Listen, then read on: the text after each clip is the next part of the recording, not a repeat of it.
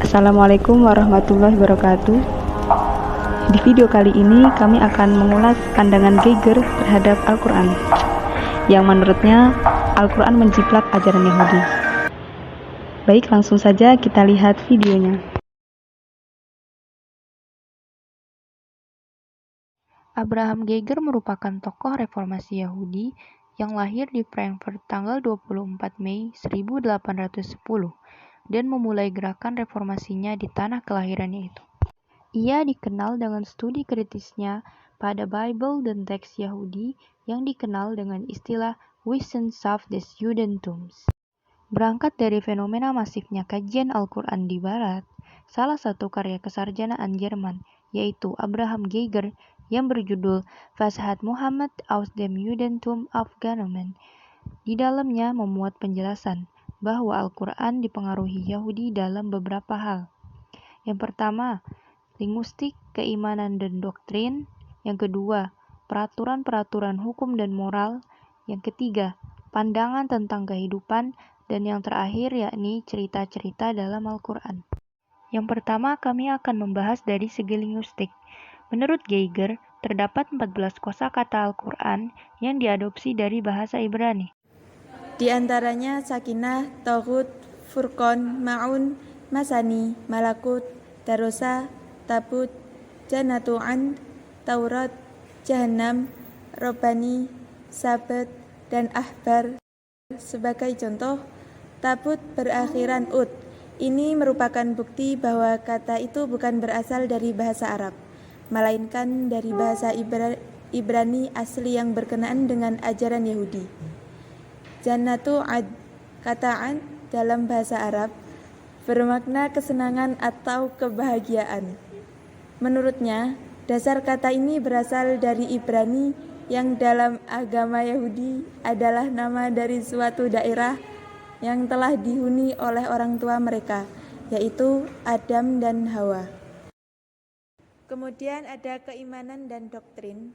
Geiger menganggap ada beberapa aspek keimanan yang diadopsi Nabi Muhammad dari ajaran sebelum Islam, seperti tentang penciptaan langit dan bumi beserta segala isinya dalam 6 hari. Ia mengatakan bahwa dalam hal ini pemikiran Nabi Muhammad sejalan dengan ajaran Bible. Selanjutnya, 7 tingkatan surga. Dalam kitab suci disebutkan bahwa ada 7 tingkatan surga yang telah diberi nama, dan hal itu tertera dalam Cagiga 9 ayat 2. Begitu juga dalam Al-Quran menyebutkan hal yang sama. Yang ketiga yaitu kepercayaan tentang pembalasan di hari akhir.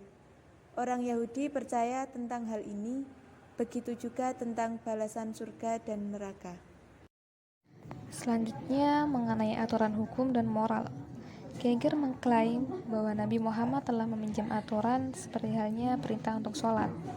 Ada beberapa aspek dalam sholat yang dianggap Geiger sama dengan ajaran Yahudi, yaitu konsep sholat khauf atau sholat dalam keadaan takut, sebagaimana yang diterangkan dalam Quran Surat Al-Baqarah ayat 238-239. Kemudian mengenai larangan sholat bagi yang mabuk.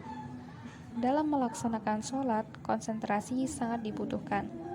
Maka dari itu, Nabi Muhammad melarang umatnya untuk tidak melaksanakan ibadah sholat dalam keadaan mabuk.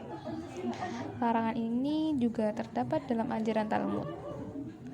Selanjutnya, mengenai legitimasi tayamum. Dalam ajaran Talmud, air adalah salah satu sarana untuk bersuci. Bila tidak ada air, maka pasir bisa menjadi alternatif utama. Begitu juga halnya dalam agama Islam, yang memperbolehkan tayamum sebagai sarana untuk bersuci.